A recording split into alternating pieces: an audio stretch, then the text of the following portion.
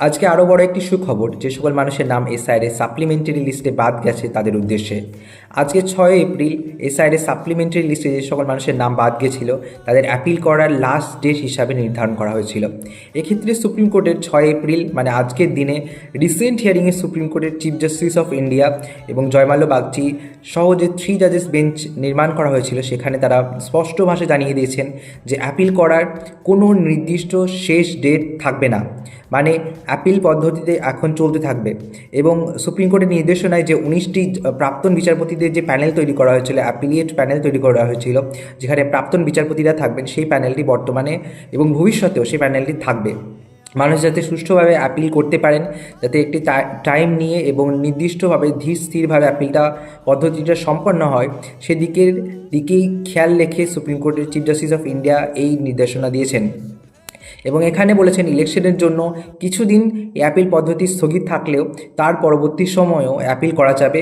মানুষ অ্যাপিল করতে পারবেন, তাদের ডকুমেন্টেশন সাবমিশন করতে পারবেন, তাদের নির্দিষ্ট দিনে হিয়ারিংও হবে।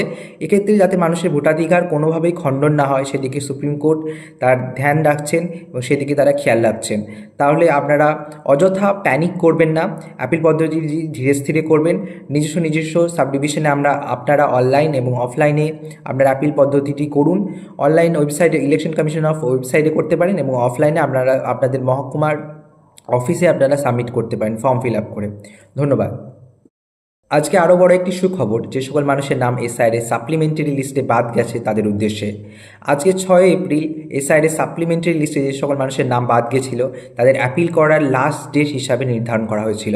এক্ষেত্রে সুপ্রিম কোর্টের 6 এপ্রিল মানে আজকের দিনে রিসেন্ট হিয়ারিংয়ে সুপ্রিম কোর্টের চিফ জাস্টিস অফ ইন্ডিয়া এবং জয়মাল্য বাগচি সহ যে 3 জাজেস বেঞ্চ নির্মাণ করা হয়েছিল, সেখানে তারা স্পষ্ট ভাষায় জানিয়ে দিয়েছেন যে অ্যাপিল করার কোনো নির্দিষ্ট শেষ ডেট থাকবে না, মানে অ্যাপিল পদ্ধতিতে এখন চলতে থাকবে।